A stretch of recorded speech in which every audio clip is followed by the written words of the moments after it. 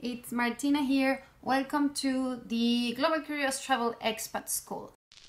I'm doing episode number 2 of this series of videos in which we share the journey from not achieving your travel goals to achieving your travel goals. What I wanted to share with you is 5 different types of time spans for traveling. What do I mean with this?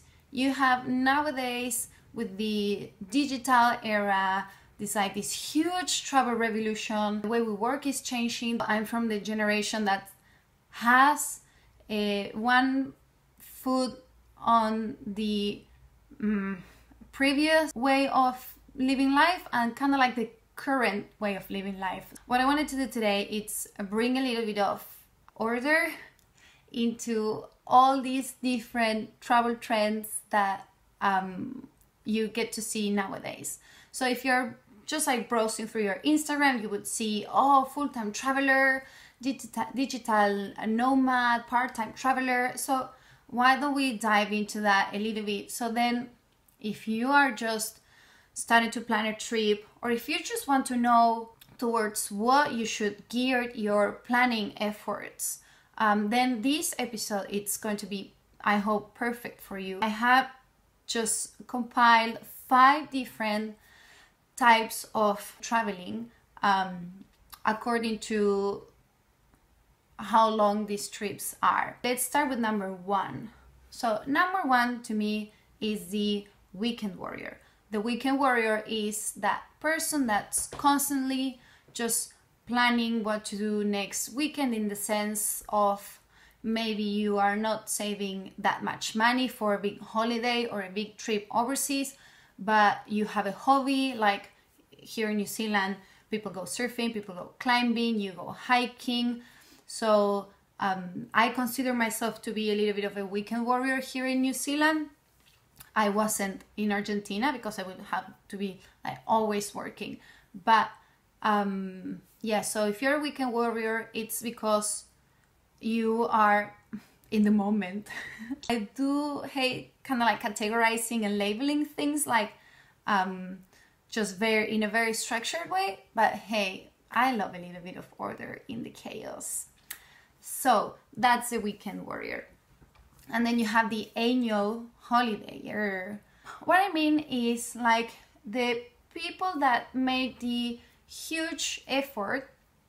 I mean, if you don't have the financial resources to be a weekend warrior and just like a big holiday maker, so this is for the people that maybe throughout the year do bigger sacrifices just so they can afford to travel at the end of the year, or like whenever you get holidays. That was me until a few years ago. I would be just like working my ass off, like hours and hours and hours of my life, just trying to have a little bit of money here, a little bit of money there, to save money to go on a nice holiday.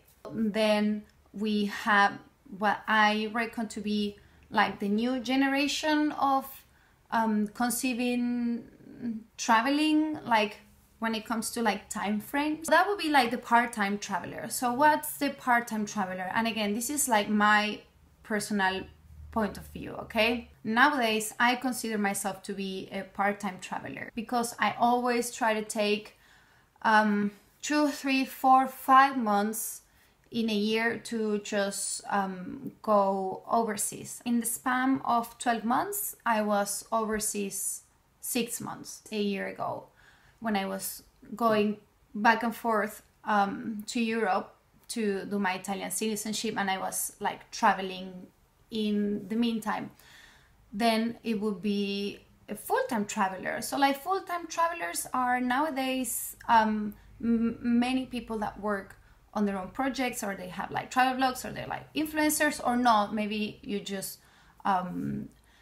manage to work remote, and that's how you afford to be like a full-time traveler, which means that you pretty much live on the road the whole time. Maybe you just like work for accommodation or visit different places and connect with locals, and they help you get sorted. There's many people doing this nowadays. But in the end, full-time travelers is people that just like go traveling full on, kind of like leave everything behind and just get off there, and that's so amazing. I would say number 5, it's being an expat. And that's kind of like a weird one, because you're like, yeah, but you don't necessarily travel when you're an expat, and that's true. I am an expat, I'm not traveling the whole time.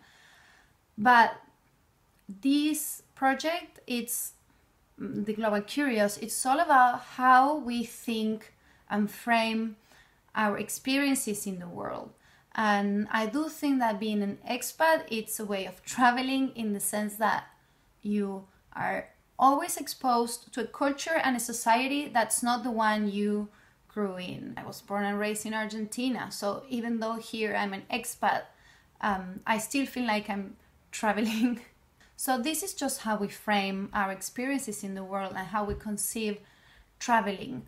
So I would just quickly go through them again. So it's like we have weekend warrior, annual holiday year, part-time traveler, full-time traveler, and expat. Of course, these can all be mingled together. You know, you can be a full-time traveler for a year because you're going on a sabbatical, you're doing a working holiday. You can accidentally become an expat because you were on the other end of the world and you just fell in love and wanted to stay. You can be a part-time traveler and a weekend warrior, because when you are traveling, you still need to work on your project. So then you're pretty much working like anyone else, 9 to 5, but just in a different location. So there's so much to say about this, but I will leave it here. See you next week. Bye.